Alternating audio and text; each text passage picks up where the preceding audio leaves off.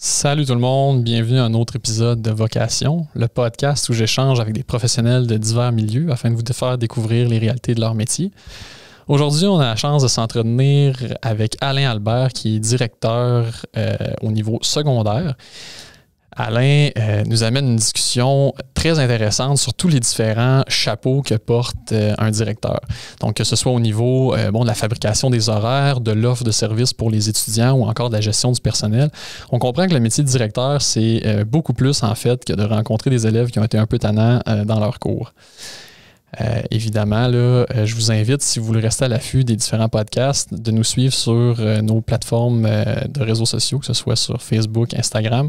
Et si jamais vous voulez venir nous présenter votre métier pour le faire découvrir aux jeunes, ou encore vous êtes un jeune qui écoute en ce moment, puis vous aimeriez qu'on parle à un professionnel d'un milieu qui vous intéresse, je vous invite à nous écrire là, via courriel.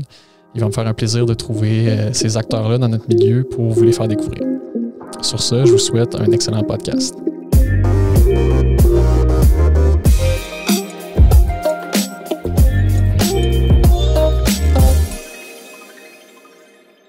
Alain, merci de te joindre à nous. Ça fait plaisir, Alex.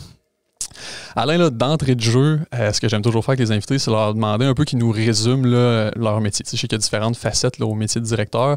On le connaît un peu parce que, bon, quand on a été méchants à l'école, puis nos profs nous envoient dans le bureau du directeur, mais tu sais, si tu peux nous faire un résumé là, rapide, c'est quoi tes tâches, c'est quoi tes fonctions? Oui, avec plaisir. Je vais faire un petit clin d'œil en partant en te disant que maintenant, ça a changé. Quand les gens viennent dans le bureau du directeur, c'est pas nécessairement tout le temps pour se faire chicaner. Donc, un petit clin d'œil là-dessus.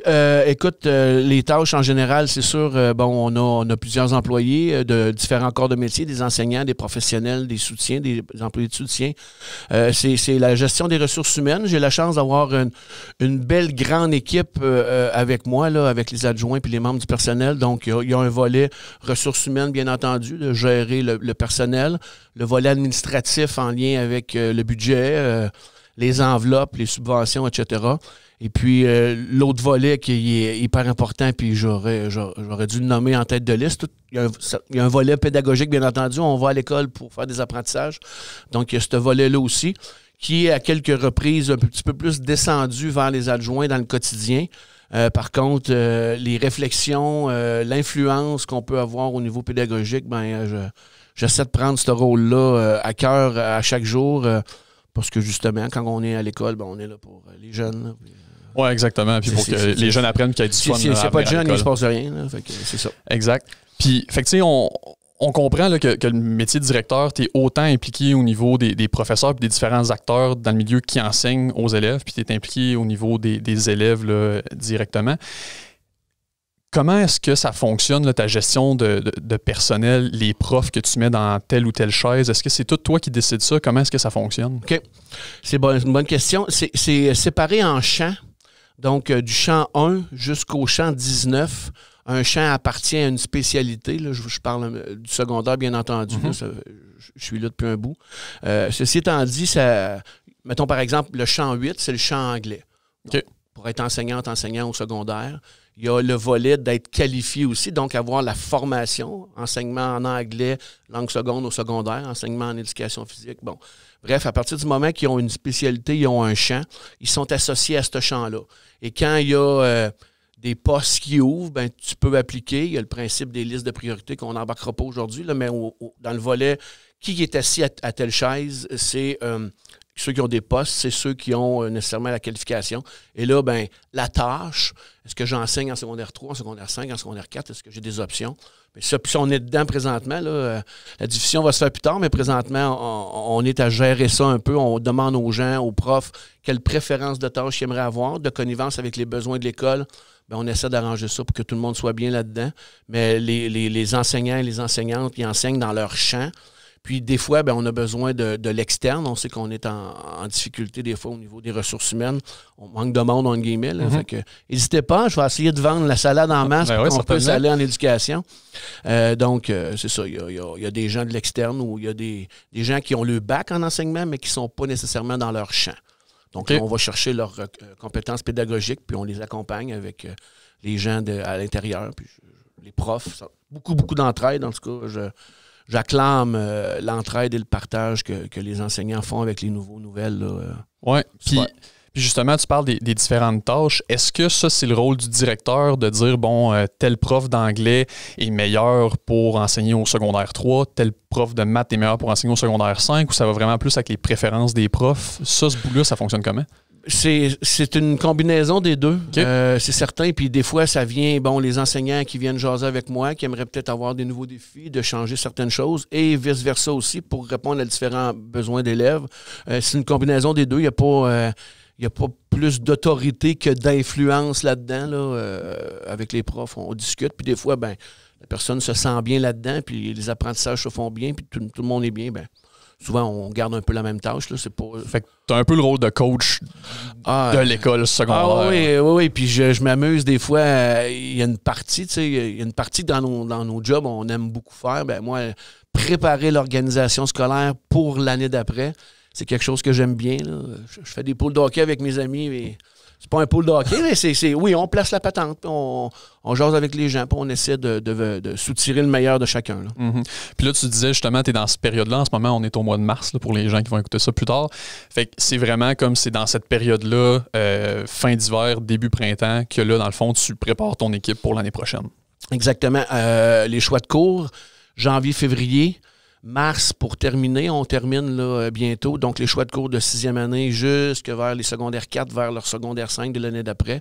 Donc, on fait cette partie-là. Il y a des très bons joueurs qui travaillent à ça au centre de services et à l'école. Donc, quand ça sort, quand je sais exactement combien il y a d'élèves de secondaire 1, de secondaire 4, de secondaire 3, on fabrique les groupes, entre guillemets, on développe, on regarde combien de groupes on a, et après ça, ça fait un nombre de périodes. Il y a 8 groupes de secondaire 3 réguliers, c'est 8 groupes de 4 périodes, donc 32 périodes, et là, je distribue pour chaque niveau, pour chaque matière, les tâches, puis un enseignant, pour faire un petit clin d'œil, un enseignant, ça enseigne en moyenne là, 23 à 25 périodes d'enseignement en présence d'élèves-classe. Puis il y a des compléments de tâches après qu'on gère avec eux, là, puis qu'on jase, là, mais un enseignant, la tâche, c'est ça. Fait que au prorata, là, tu divises, puis tu multiplies ton nombre de périodes, puis ça fait ton organisation. Okay. J'ai besoin de tant de profs, puis là, on part la patente, puis là, s'ensuit les horaires, la fabrication des horaires aussi pour les profs, puis pour les élèves.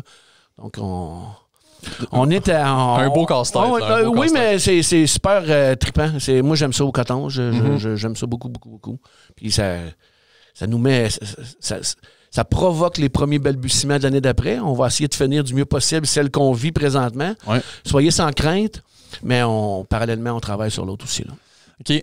Puis justement, est-ce que, tu sais, au niveau de la charge de travail, est-ce qu'en ce moment, c'est comme la période la plus occupée pour un directeur? Ou c'est vraiment... Y a-tu des périodes, mettons, ton début d'année, es-tu vraiment plus chargé qu'en ce moment? Là, évidemment, on a une année spéciale avec la COVID, mais mettons, en temps normal, ça ressemble à quoi? Je te dirais que dans une année, le moment où j'ai le plus de temps pour moi, c'est durant mes vacances. Évidemment. Fait que, non, mais écoute, on n'embarquera pas dans le jeu de la comparaison puis comment ça se fait, mais je veux dire, chaque moment de l'année, la rentrée scolaire, un peu avant les vacances de Noël, la période de choix de cours, l'organisation scolaire de l'année d'après, tout comme mes autres collègues directeurs, directrices, du centre de service, on travaille très fort. Il n'y a pas tant de moments que, on peut se la couler douce. C'est certain que dans mon quotidien, j'essaie d'aller voir les gens, j'essaie de faire mes petites tournées, d'aller voir les élèves, d'aller voir les profs. Ça, on le place à l'horaire. Il faut embarquer dans cette... C'est ma responsabilité de voir un peu... que tout va bien. De filer un peu toute la patente. Fait que c'est certain que j'essaie de le mettre à l'horaire, mais je sens un peu... Je comprends le sens de la question. C'est sûr qu'après le début de l'année, quand à août, septembre, octobre est passé, on prend une certaine ère faut que l'engrenage est... Oui, c'est sûr. Mais en même temps, faut pas comprendre qu'en novembre, là, on est 2 pieds sur le pouf. Puis non, c'est pas tout à fait ça. Mais je veux dire, c'est un travail très valorisant. Je me sens très valorisé. Je travaille avec des jeunes. Je sais qu'on fait la différence tous ensemble pour certains jeunes. Fait que c'est ça qui draine. L'énergie est mise là-dessus pas mal. Mm-hmm. Puis si on parle maintenant là, du volet comme support aux profs et aux différents acteurs, il n'y a pas juste des profs évidemment qui travaillent avec les élèves, toi, ton rôle là-dedans, ça ressemble à quoi? Tu sais, mettons, je sais pas, là, un nouveau prof d'anglais qui arrive. Est-ce que, en tant que directeur, tu as un rôle de le supporter, de se donner un coup de pouce, de s'assurer qu'il s'intègre bien dans son milieu, quand il y a des problèmes avec des profs, puis des élèves? Ce volet-là de ta job, ça ressemble à quoi?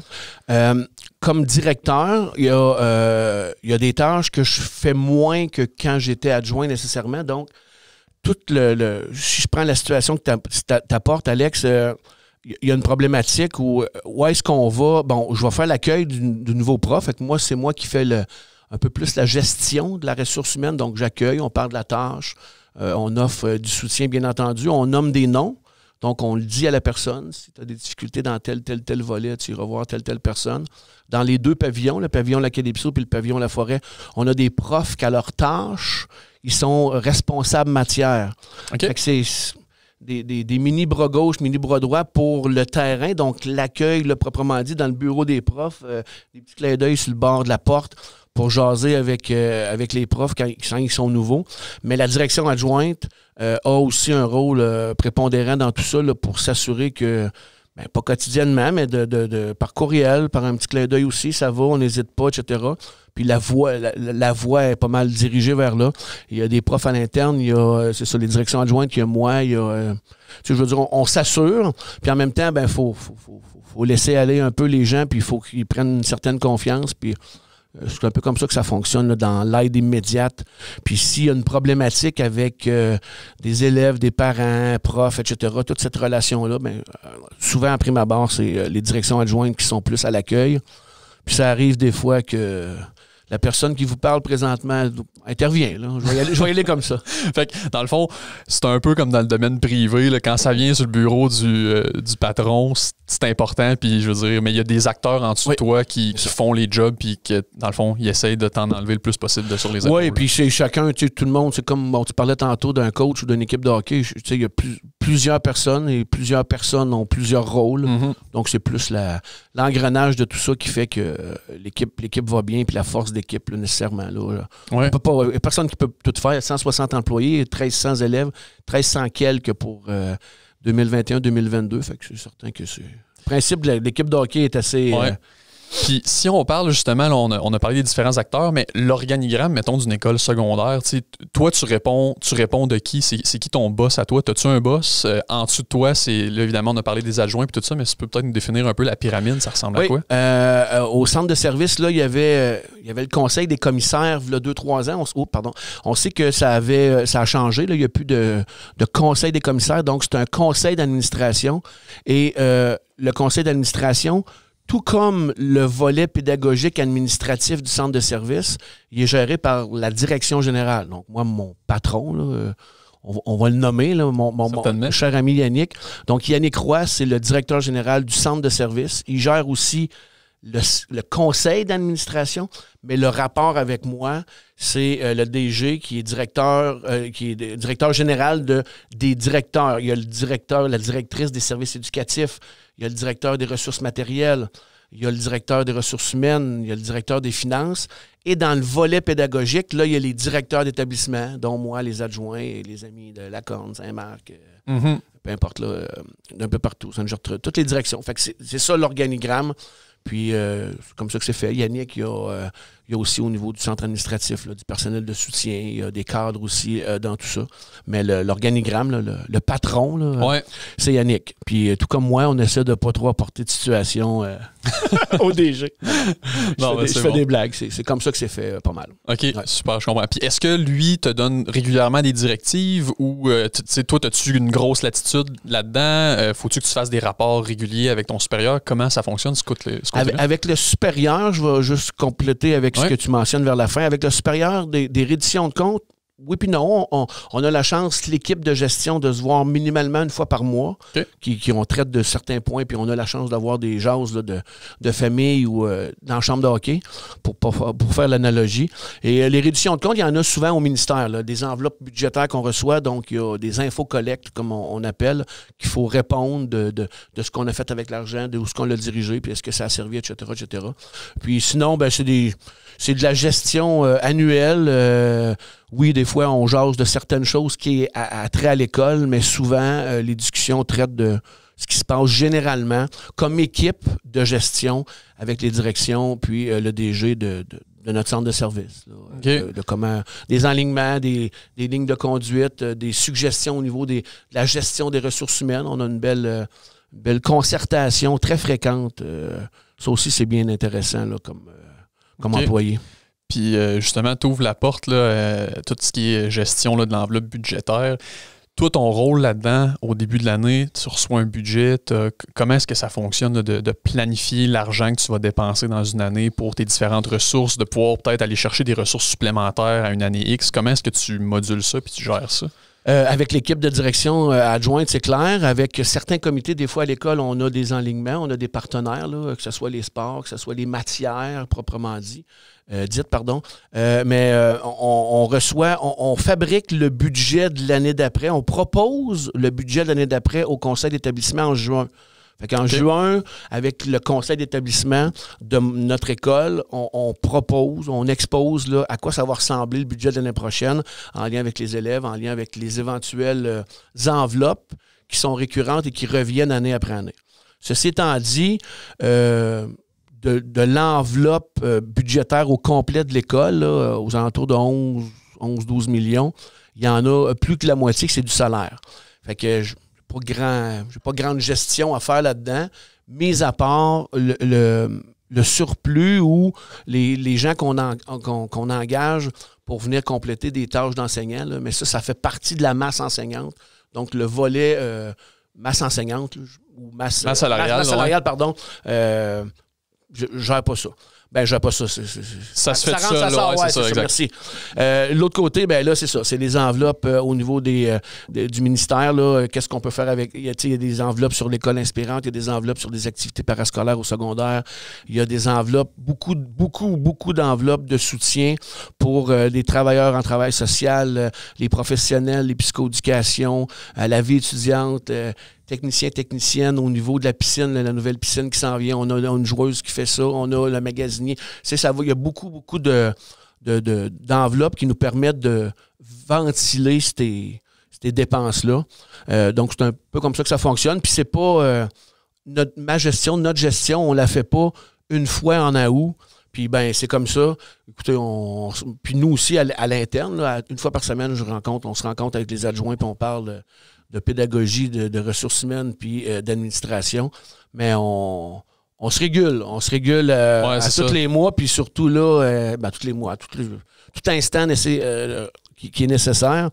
Puis là, dans le temps de la COVID, depuis 1 an, c'est sûr que je dirais quasiment tous les jours. Ça doit être une gestion un peu plus serrée, puis ça doit être un suivi plus régulier. Au fait, la gestion, si on utilise le mot serré pour parler d'argent, non, les sommes, je veux pas... Je mentionne pas on baigne pas dans l'argent, mais il y a des belles sommes qui sont là. Puis encore une fois, je suis pas là juste pour ça, mais je fais un clin d'œil aux ressources humaines. Là, les gens... Des fois, il manque de monde. Mm-hmm. Puis des fois, des spécialités, là, orthophoniste, psychoéducation, psychologue, etc. On est bien servi quand même, mais des spécialités un petit peu plus. Puis comment je dirais ça, le minerai primordial, là, les enseignants. Je veux dire, là, c'est une certaine problématique. Cette année, on a été chanceux à l'école secondaire d'Amos, 2020-2021, de ne pas avoir trop de besoins. Il y a des gens qui partent pour différentes raisons. La COVID ne nous a pas trop atteints non plus. Fait qu'on touche, on est 2 mains sur du bois là-dessus. On a connu des années un petit peu plus difficiles là-dedans, mais en même temps, ça se promène. Des fois, c'est les amis du primaire qui ont un petit peu plus de besoins de ressources, etc. Donc, c'est une modulation, dans le fond, puis c'est une gestion quasiment quotidienne. Oui, c'est clair. Oui, c'est ça. Puis des fois, on rentre au travail, puis ça, j'aime beaucoup ce volet-là de mon travail. Ça m'amène à... Ça va être drôle, mais ça m'amène à réfléchir quotidiennement. Des fois, tu commences ta journée, puis elle se finit pas comme tu pensais qu'elle allait commencer parce qu'il y a une problématique quelconque. Quand tu t'en vas en direction, c'est sûr que faut que tu t'attendes à régler des problématiques. Mm-hmm. Il faut pas... c'est ça, là. Fait que, le thinker se fait aller régulièrement. Tout le temps, on prend beaucoup de décisions, puis j'aime ça. On essaie de prendre le meilleur des décisions tout le temps avec le plus d'informations possible. Fait que c'est un peu ça, là, la réflexion en arrière aussi, là. Puis j'aimerais ça qu'on parle un peu du volet là, développement des cours puis tout ça. J'ai eu la chance de faire du sport-études à l'école à Amos. Est-ce que toi, tu as un volet là-dedans où tu vas, par exemple, là, bon, tu dis, je sais pas, dans X nombre d'années, j'aimerais ça qu'on aille un cours là, plus spécifique à telle matière, un autre volet sport-études. C'est-tu le directeur qui gère ça? C'est en concertation, j'imagine, avec ton équipe, mais comment est-ce que ça fonctionne, le développement là, des cours? Deux choses. On va parler de l'offre de service aux élèves au niveau des options puis au niveau des cours. Puis je vais commencer avec ça, puis je compléterai avec les concentrations, les sports-études aussi, parce que je trouve que c'est une très belle chose qu'on a développée depuis les années là, à l'école, parce que ça avait débuté, ça fait longtemps, mais j'embarquerai là-dedans tantôt.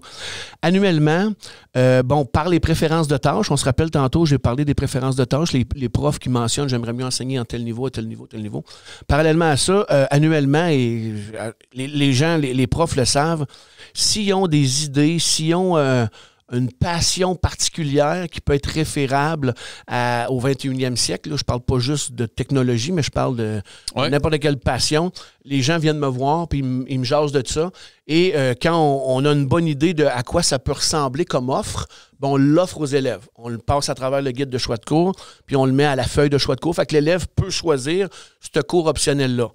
Contrairement au curriculum régulier et surtout obligatoire du ministère de l'Éducation, il y a une certaine, en secondaire 3, 4 et 5, il y a des options.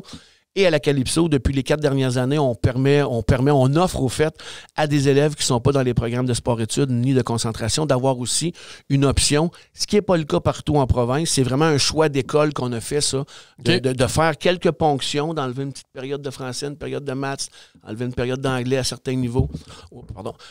Puis on offre des options. Fait que ça, c'est le volet, qu'est-ce qu'on offre aux élèves.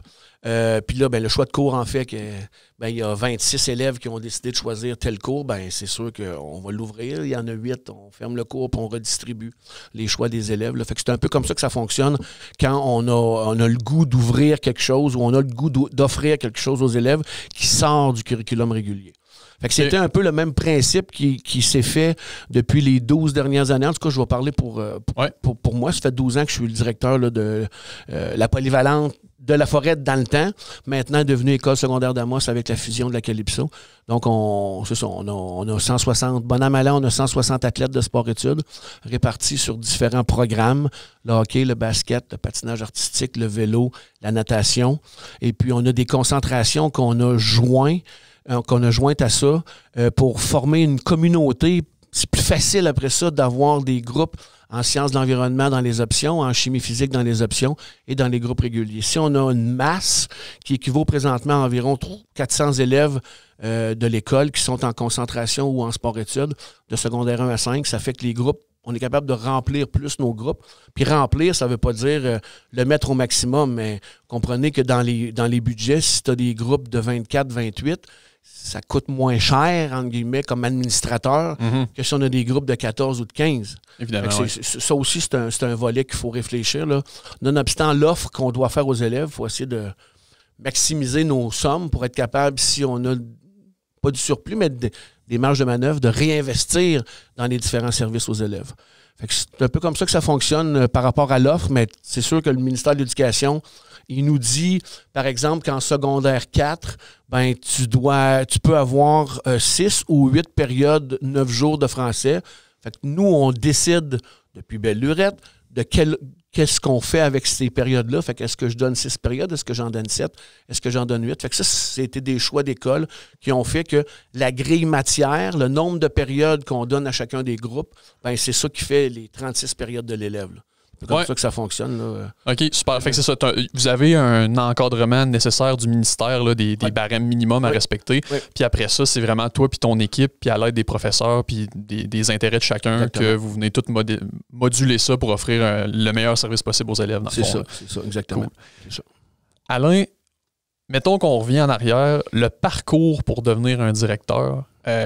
Toi, y a-tu un moment où tu as dit hey, ça, c'est fait pour moi? Peux-tu nous parler un peu de ça? Peut-être si on revient Alain qui sort du secondaire, c'est quoi ton parcours un peu? À quel moment tu as dit hey, moi, je veux devenir directeur? Je vais taire certains passages quand j'ai sorti du secondaire. Non, je fais une blague. Après le secondaire, moi, j'avais le goût d'aller en éducation physique, j'avais le goût d'aller en psychologie et où j'avais le goût d'aller en biologie. Okay. Étant jeune, j'ai tout le temps, puis même étant un petit peu plus vieux, là, j'ai tout le temps trippé sur faune et flore. Fait que ceci étant dit, le volet biologique m'avait attiré aussi. Et après avoir fait mes sciences humaines au cégep, ben j'ai fait différentes demandes à l'université. Puis après le cégep, mon passage un peu au hockey, etc., sportif, c'est certain que l'éducation physique avait une petite longueur d'avance sur les deux autres volets. Donc, j'ai fait mon bac en enseignement de l'éducation physique. Ça mène à enseigner l'éducation physique au primaire, au secondaire ou même au cégep.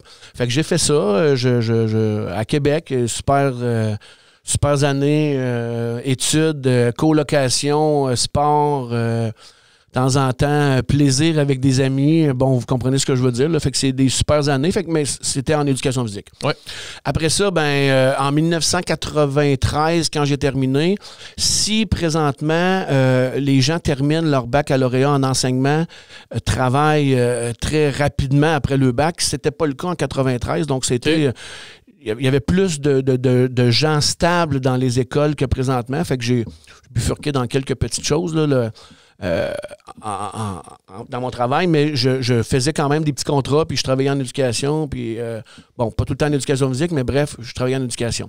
Et à un moment donné, là, j'ai eu la chance de travailler à la SAR, à Barrault aussi, à la polyvalente de la forêt dans le temps, qui s'appelait, puis toujours en éducation physique, puis un petit peu d'anglais.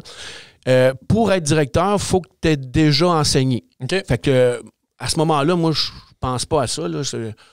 Est-ce que ça me tenterait un jour? Peut-être, mais j'étais pas là. J'étais pas là nécessairement. Donc, j'ai enseigné pendant une dizaine d'années, une 10-12 années.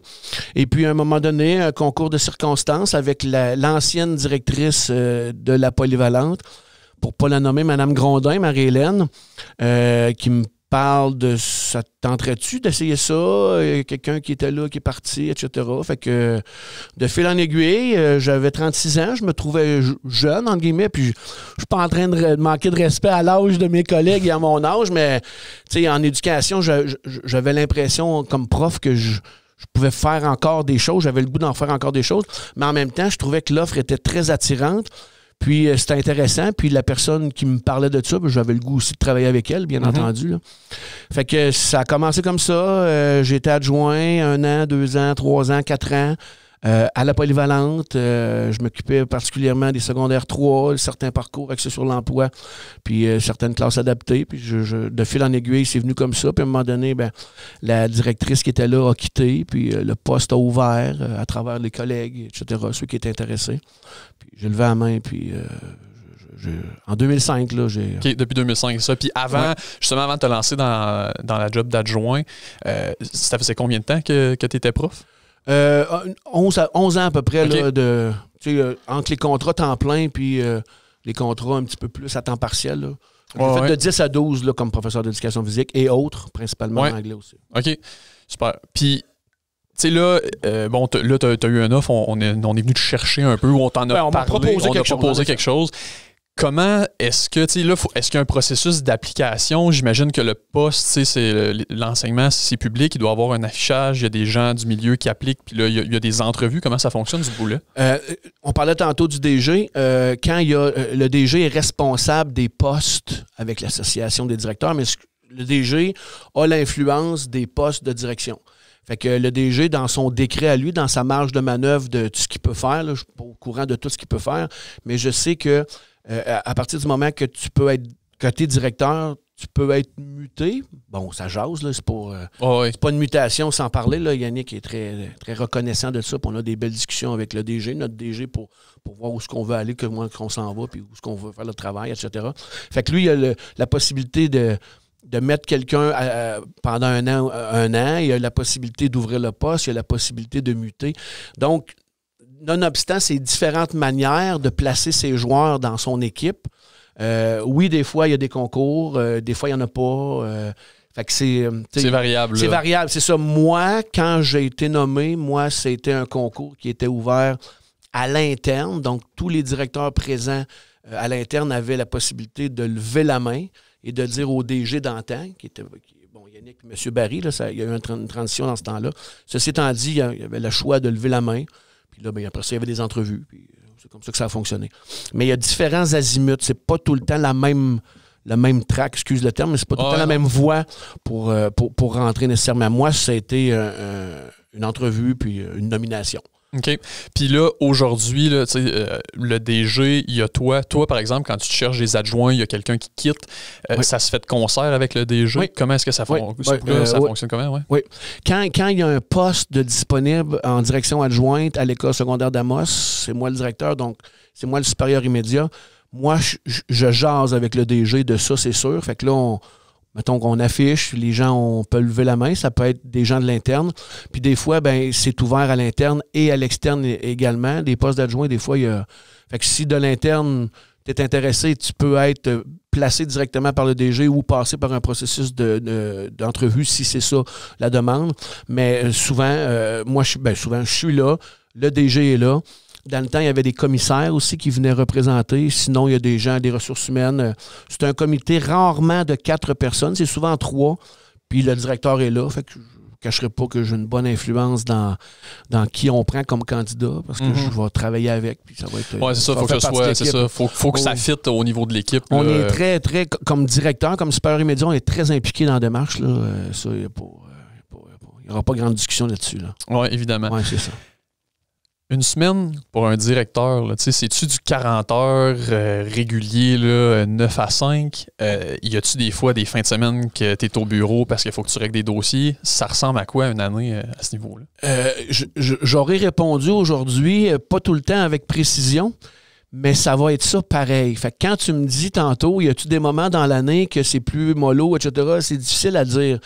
Est-ce que mon quotidien est tout le temps pareil? Non. Oui, j'ai des tâches de ressources humaines à faire, j'ai de l'administration, il y a du budget, il y a du climat, il y a de l'influence, il y a du bonjour, il y a toutes sortes de choses qu'on fait normalement. Mais je l'ai dit tantôt, là, on est la fin de semaine. Dans quelques jours, demain, par exemple, on rentre au travail.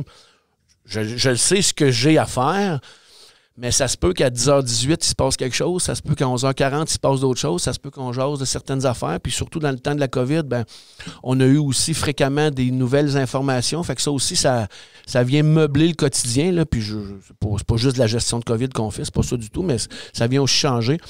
C'est difficile, je peux pas quantifier là, le nombre d'heures. Non, c'est pas du 9 à 5, oubliez ça, là, c'est pas ça. Oui, le quotidien, des fois, on rentre le matin, on a notre journée, on va dîner, on rentre l'après-midi, puis en fin de journée, 4h30 à 7, tout dépendant du quotidien, de la gestion, ce que j'ai pu faire durant le jour, que j'ai pas, qui fait que j'en ai moins à faire, entre guillemets. Là, les communications en 2020 sont différentes dans 1990, puis j'ai un certain respect quand même à tous ceux qui ont fait mon travail depuis plusieurs années. Mais aujourd'hui, en 2020, c'est de répondre à des textos, c'est de répondre à des courriels, c'est de répondre à des téléphones, c'est de répondre à des Teams. Maintenant, avec l'arrivée de Teams, c'est le service aux élèves, c'est le service aux employés, c'est les parents, c'est... Fait que la communication prend beaucoup de place, puis c'est correct, mais faut réguler ça aussi, puis il faut jauger ça, là, parce que si on fait juste un de ces volets-là, ça marche pas non plus. Fait que, tu sais, c'est... Fait que c'est variable, dans le fond. Des fois, tu travailles des fois, tu vas être à ton ordi jusqu'à 8h le soir. Des fois, le matin, fois, à 4h30, et ça va. Puis je décide de partir. Puis ce que j'aime dans mon travail, c'est sûr que c'est annuel. Il y a des tâches à faire, il y a des choses à faire. Puis c'est sûr que quand ça va bien, ça va bien, puis on se pose moins de questions. Puis quand il y a des choses qui vont moins bien, c'est là qu'on a à se questionner par rapport à notre travail puis à comment on veut faire changer les choses s'il y a des affaires à changer. Fait que, c'est un petit peu comme ça. C'est sûr que je ne peux pas dire moi, je travaille 37h30 à toutes les semaines, puis ça se passe de telle heure à telle heure, puis le lendemain, ça... Il faut avoir une certaine discipline dans notre travail parce que une flexibilité. Trop, c'est comme pas assez. Mais ce que j'aime de mon travail, c'est ça. Il y a des tâches à faire, il faut que les tâches soient faites. Puis des fois, des fois, puis je ne vais pas revenir là-dessus, mais il y a eu des cas de COVID dans les dernières semaines à l'école. Oui, le samedi de midi à 4h avec d'autres collègues de la commission scolaire, du centre de service, on s'appelle, on se parle, on sort des feuilles, on analyse, on parle avec la santé. Puis oui, le samedi après-midi, au lieu d'aller faire X, on fait Y, puis c'est correct, ça fait partie du travail. Puis c'est ça la latitude. Puis oui, des fois, en fin de journée, je décide d'aller faire du vélo, marcher, aller faire une bonne bouffe pour ma famille, aller m'occuper de mes enfants, peu importe les raisons. J'ai cette latitude-là. Puis il faut être professionnel puis intelligent. Mais c'est ça, tu as cette latitude-là et cette flexibilité quand même. Oui, c'est ça. Mais la prestation de travail, elle se fait dans le jour, là, je veux dire. Je ne serai pas chez nous de 9 à 5 puis de travailler de 5 à minuit. Là. On est là, on est avec les jeunes, on est avec les employés. Mais il y a une flexibilité puis c'est difficile de quantifier. Oui, je comprends. C'est pas du 9 to 5, nécessairement. Super, on comprend bien.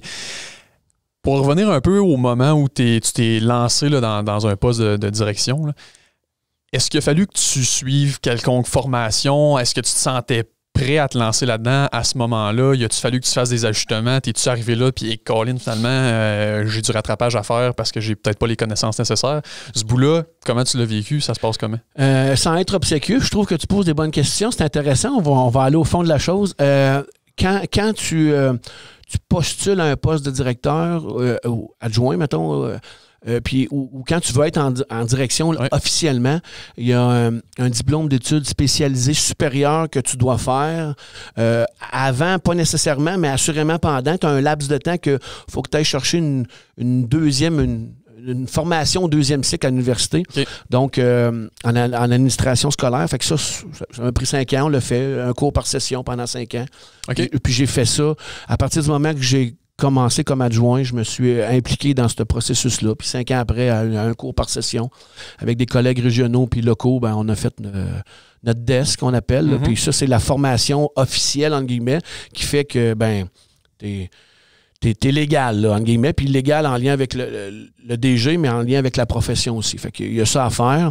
Puis excuse de te couper, mais dans cette formation-là, vous voyez autant de la gestion, vous voyez comment ça fonctionne, l'organigramme, ça ressemble à quoi? C'est vraiment attaché, là... à la tâche, là, puis c'est fait juste pour ça, dans le fond. C'est fait juste pour ça, puis c'est vraiment concret, là, je veux dire, je renverrai pas le revers de ma main au baccalauréat que j'ai fait, mais des 96 crédits que j'ai fait à l'université, c'est certain qu'il y a des crédits, puis il y a des connaissances qu'on a été chercher qui ont été moins utiles, ou je m'en suis moins servi comme éducateur physique. Par contre, le DES, pour une direction d'école, tous les cours que tu fais, tu es capable de te rappeler oui, quand tu fais le cours, parce que moi, j'ai eu la chance de faire le cours, puis j'étais en poste, fait que tu apprends des notions la semaine d'avant, puis dès la semaine d'après, oh oui, ça, on en a parlé en ressources humaines, ah oui, ça, on en a parlé par rapport au climat, ah oui, pour faire un changement, c'est important de faire ça, ah oui, fait que tu sais, c'est vraiment référable, là, c'est fantastique même, j'ai eu... des très bons enseignants et enseignantes dans ce dossier, dans ce volet-là. Puis c'est intéressant, le fait que des collègues, fait que bon, c'est tout le temps convivial et à certains égards ludique. Donc c'était bien plaisant par rapport à ça.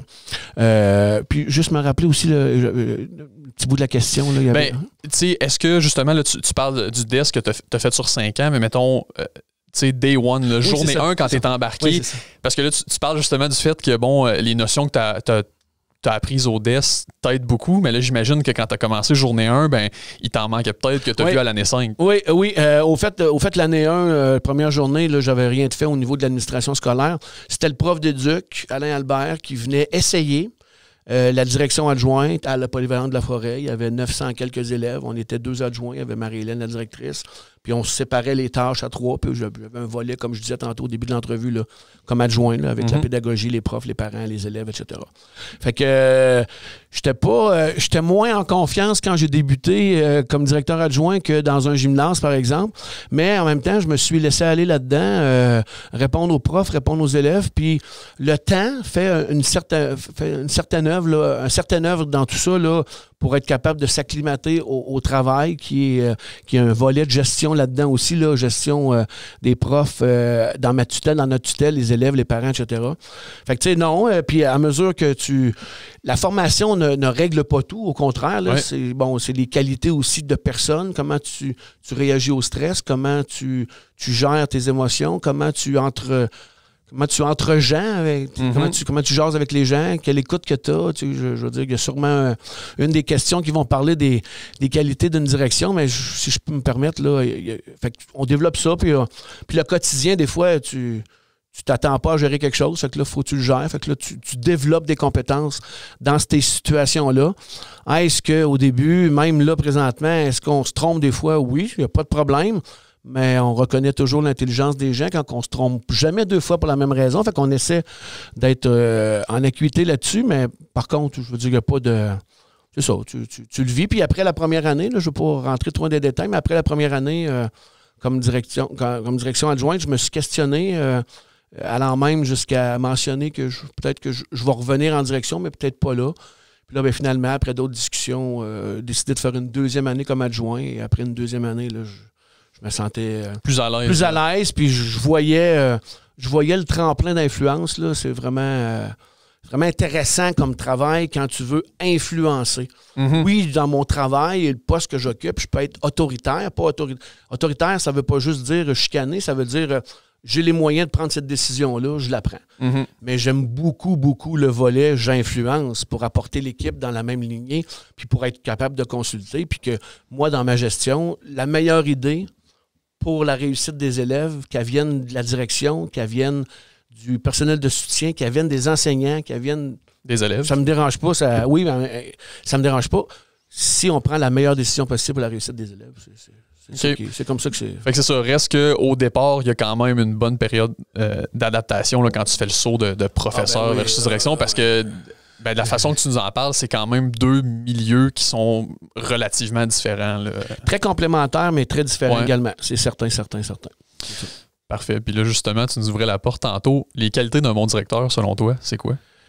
Ben, je pense qu'il faut être nous-mêmes, puis on voit après ça si on est à l'aise là-dedans ou non, mais il faut être nous-mêmes, il faut être authentique, il faut être très transparent, il faut avoir une... Puis là, c'est pas... Je veux juste m'assurer que les gens comprennent bien, c'est pas en ordre d'importance, là, j'en nomme, là, être à l'écoute, mettre la main sur l'épaule de temps en temps, là, vous comprenez l'expression, que ce soit un membre du personnel, que ce soit un élève,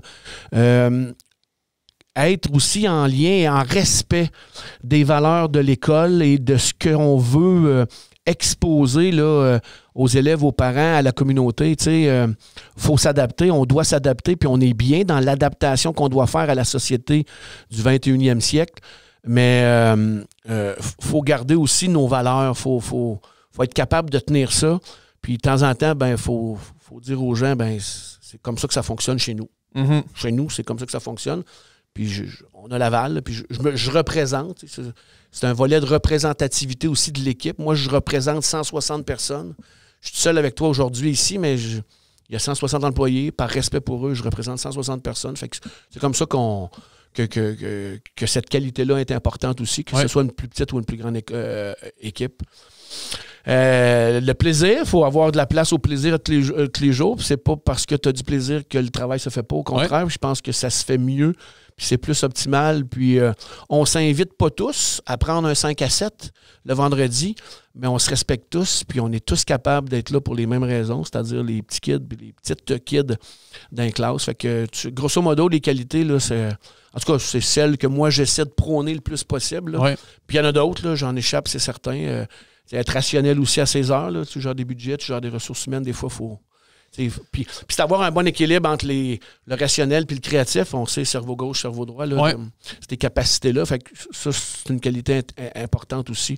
Pas être trop, puis pas être d'un bord puis de l'autre. Pas être aux antipodes, mais essayer de trouver le juste milieu là, entre les deux. Évidemment. J'ai eu la chance de t'avoir comme directeur. Puis je sais que tu es quelqu'un qui est relativement proche des élèves. À quel point est-ce que cette facette-là est importante dans ta job? Je sais que tu as tout le volet, la gestion, puis t'assurer que ton organigramme, puis que tout fonctionne au quotidien. Mais est-ce que c'est important pour un directeur d'avoir une certaine proximité avec ses élèves pour comprendre leurs besoins? Oui, pour comprendre leurs besoins, oui, mais surtout, à tous les fois que je me permets, puis je le fais, d'accueillir des élèves, pas juste pour lui taper ses doigts, comme on a mentionné tantôt, mais pour parler de la vie étudiante, pour parler d'activité, pour parler du bal, pour parler de Alain, ça te tente-tu de faire un numéro au spectacle du bal? Ça te tente-tu pour ça? Puis, quand je me promène dans les corridors, que ce soit avec les plus jeunes à Calypso ou avec les gens de la forêt, ils savent que leur directeur a des choses à faire, mais Alain est là.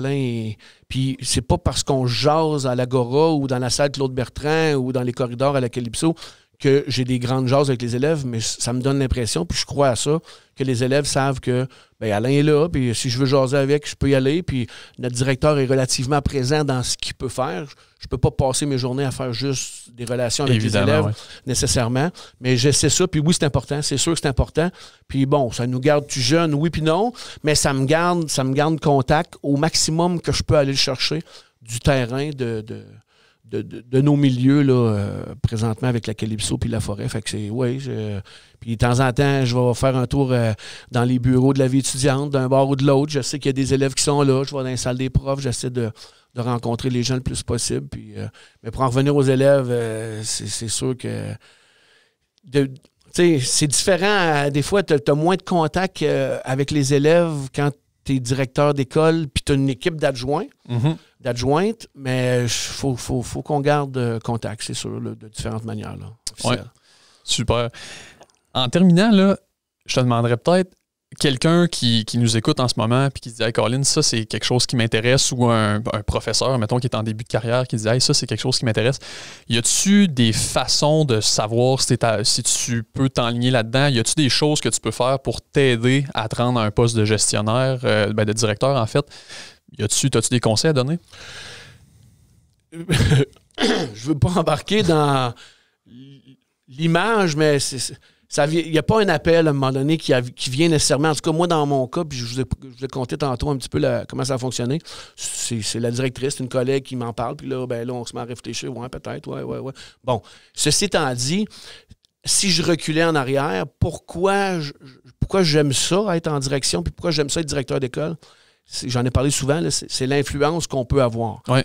Fait que si on a le goût de faire une différence, le prof fait une différence, le personnel de soutien fait une différence, le personnel professionnel fait une différence, le directeur d'école ou la directrice d'école aussi peut faire une différence. Fait que c'est de se questionner sur quelle sorte d'influence on peut avoir dans l'éducation. Faut que t'aimes avoir des solutions, faut que t'aimes passer d'une problématique à quelque chose de positif. Faut que tu aimes ça. Là. Puis chacun des corps d'emploi en éducation, j'en ai nommé tantôt à l'école, puis je veux dire, c'est pas des quotidiens qui sont faciles, mais c'est des quotidiens très valorisants. La tâche des enseignants, des enseignantes, on n'embarquera pas dans cette jase-là, mais c'est remarquable ce qu'ils font. Là, je veux dire, oui, c'est pas tout le temps parfait, mais on sauve des vies. Là. Nonobstant la maths, le français, l'histoire, les sciences, là, on sauve des vies. Le lundi matin, on écoute. Le vendredi, on dit bonjour. On passe 8 heures par jour avec eux. Fait que c'est sûr que, comme direction ou comme membre du personnel, il faut que tu aies le goût de travailler avec les jeunes, il faut que tu aies le goût d'influencer. Ceci étant dit, j'invite les gens, puis comme c'est le cas pour ceux qui lèvent la main, tu lèves la main, puis il n'y a pas, encore là, il n'y a pas une voie de la seule manière d'être en direction, c'est ça. Tu en parles, tu rencontres le DG, tu rencontres ton directeur, tu parles de tes projets futurs, tu t'intéresses. C'est plus comme ça que ça. Mais moi, j'ai pas eu d'appel j'ai un appel de l'au-delà pour être directeur. Non, j'ai le concours de circonstances, comme j'ai dit, fait qu'il y a plein de manières différentes de s'y rendre, mais c'est ça. Là. Super. C'était mon histoire. Yes. Un gros merci à toi, Alain, là, de t'être déplacé, d'avoir pris du temps de jaser avec nous. C'était hyper intéressant. Je pense que les gens à la maison vont avoir appris davantage là, sur c'est quoi le métier de directeur. Fait que c'est ça. En terminant, là, un gros merci. Ça m'a fait plaisir. Salutations tout le monde. Puis, tous ensemble, prônons pour l'éducation, ce qui est essentiel. Yes. On va finir là-dessus. Allez, on se dit à la prochaine. Salut. Bye bye tout le monde.